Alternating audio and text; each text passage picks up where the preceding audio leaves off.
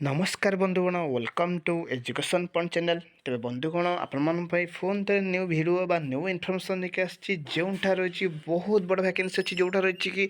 जिला स्तर जी कहीपर गोटे जिलार बहुत सारा वैकेंसी आसी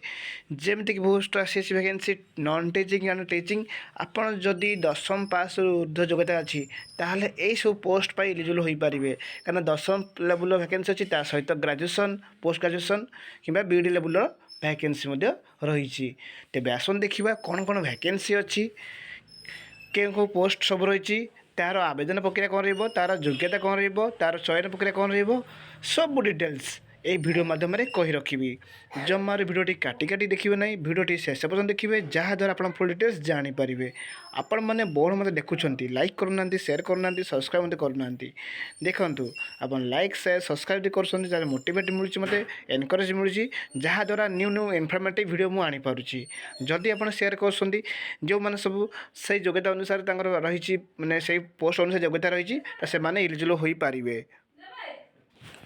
जोटा आप देखिए समस्ते आवेदन करेंगे जोटा विभिन्न सरकारी स्कूल रही वैकेंसी तेज आसन देखा कौन कौन वैकेंसी रही तार डिटेल्स कहि आर योग्यता कहि आवेदन प्रक्रिया कहि आ चयन प्रक्रिया सर्टली कहि किंतु वीडियो शेष में आप निहाती यार फुल डिटेल्स देखने ता सहित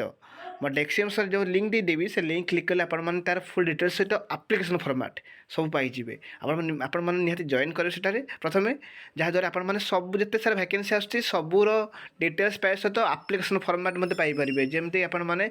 जो ठिकाना पाइबे से आवेदन करेंगे से सब वीडियो शेष पर्यटन देखिए जहाँ डिटेल्स जानवे ता सहित आउ जब किसी डाउट रुए ताहले कमेंट बॉक्स मत कहींपारे किंतु डेस्क्रिप्शन लिंक जो थी से जॉइन कलापर आपटा पाइबे सब डिटेल्स पाइबे जोटा कि आप्लिकेसन फॉर्मेट हो ता फुल नोटिस हो एवरीथिंग पाइजाइपारे। ठीक अच्छे तेज देखूँ पोस्ट कौन देखो टीचिंग एंड नॉन टीचिंग तो देखो मुझे सब वैकेंसी आने पूरा 10th पंचम पास सप्तम पास ऊर्ध्व योग्य थे से लेवल वैकेंसी आने ता सहित ओनली केवल एक्सपीरियंस थी मतलब सहित वैकेंसी आसे एवं आज आसमें दशम पास अच्छी ऊर्ध्व योग्यता अच्छी ताहले नॉन टीचिंग पोस्ट पर इलिजिबल पारे जदि आपंकर +3 पीजी कि बीड रही आप टीचिंग पोस्ट पाइबे सब इलिजिबल हो पारे। तेज आसन देखा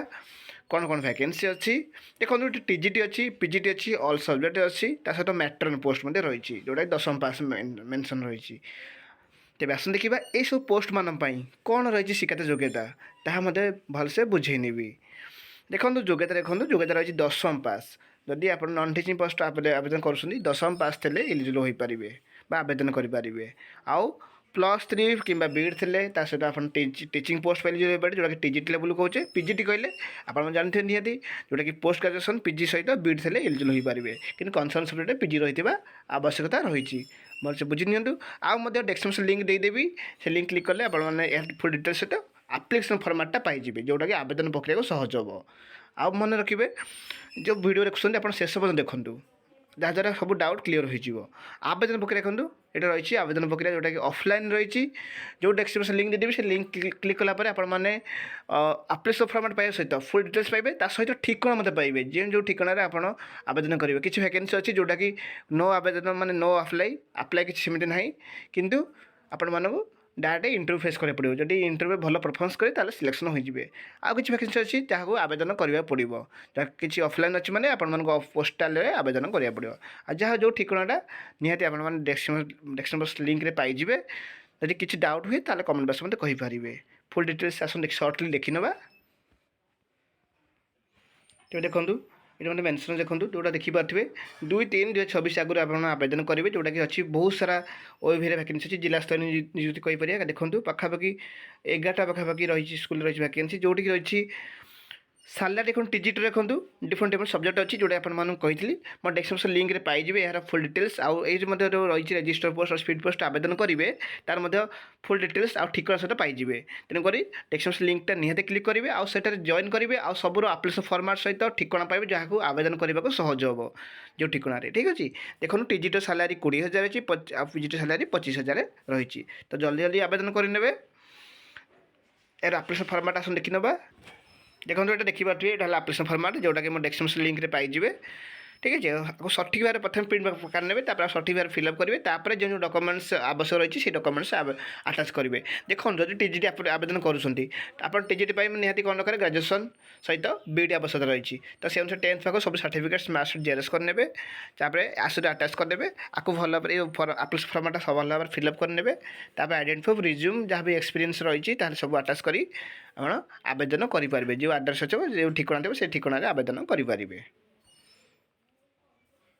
ଦେଖନ୍ତୁ ଏଇଟା ହେଲା ତା'ର ଶିକ୍ଷାର ଯୋଗ୍ୟତା ଦେଖନ୍ତୁ ଏଇଟା ଅଛି ସବୁ ଅଛି କ୍ରାଇଟେରିଆ ଯାହା ଯେଉଁଟାକି ଡେସ୍କ୍ରିପ୍ସନ୍ ବକ୍ସରେ ଲିଙ୍କ୍ ପାଇଯିବେ ତେବେ ଆସନ୍ତୁ ଦେଖିବା ଆଉ ରହିଛି ଯେଉଁ ନନ୍ ଟିଚିଂ ପୋଷ୍ଟ ତାର ମଧ୍ୟ ଫୁଲ୍ ଡିଟେଲ୍ସ ସର୍ଟଲି ଦେଖେଇନେବି ତ ଦେଖନ୍ତୁ ଯେଉଁଟା ଜେଏନ୍ଏଭି ତରଫରୁ ଆସିଛି ଭ୍ୟାକେନ୍ସି ଯେଉଁଟା ଆପଣମାନେ ଫୁଲ୍ ଡିଟେଲ୍ସ ଦେଖିପାରୁଥିବେ ମଧ୍ୟ ଦେଖନ୍ତୁ ଏହାର କୌଣସି ଆବେଦନ ପ୍ରକ୍ରିୟା ସେମିତି କିଛି ନାହିଁ ଯେଉଁଟାକି ୱାଲ୍କ-ଇନ୍ ଇଣ୍ଟରଭ୍ୟୁ ଅଛି ଯେଉଁ ଡେଟ୍ 6/2/2024 ଅଛି ସେଇ ଡେଟ୍ ଅନୁସାରେ ଟାଇମ୍ ଅନୁସାରେ ବିଫୋର୍ ଟାଇମ୍ରେ ସବୁ ଡକୁମେଣ୍ଟ ସହିତ ପହଞ୍ଚିବେ କ'ଣ ଡକୁମେଣ୍ଟସ୍ ନେବେ ତାହା ମଧ୍ୟ ସର୍ଟଲି ମୁଁ କହି ରଖୁଛି ଦେଖନ୍ତୁ ଏଇଟା ହେଲା ବାୟୋଡାଟା ଏ ବାୟୋଡାଟା ସହିତ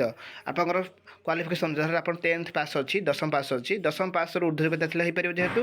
ଯାହା ବି ଅଛି ସବୁଯାକ ଆବେଦନ ସବୁ ସାର୍ଟିଫିକେଟ୍ସ ମାର୍କସିଟ୍ ଜେରକ୍ସ କରିନେବେ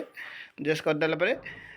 ଓରିଜିନାଲ୍ ଜେରକ୍ସ ବୋଥ୍ ନେବେ ଏଇ ବାୟୋଡାଟା ନେବେ ଆକୁ ଭଲ ଭାବରେ ସଠିକ୍ ଭାବେ ଫିଲ୍ଅପ୍ କରିନେବେ ରିଜ୍ୟୁମ୍ ରେସିଡେଣ୍ଟ ସାର୍ଟିଫିକେଟ୍ସ ଯଦି ଅଛି ନେବେ ନା କିଛି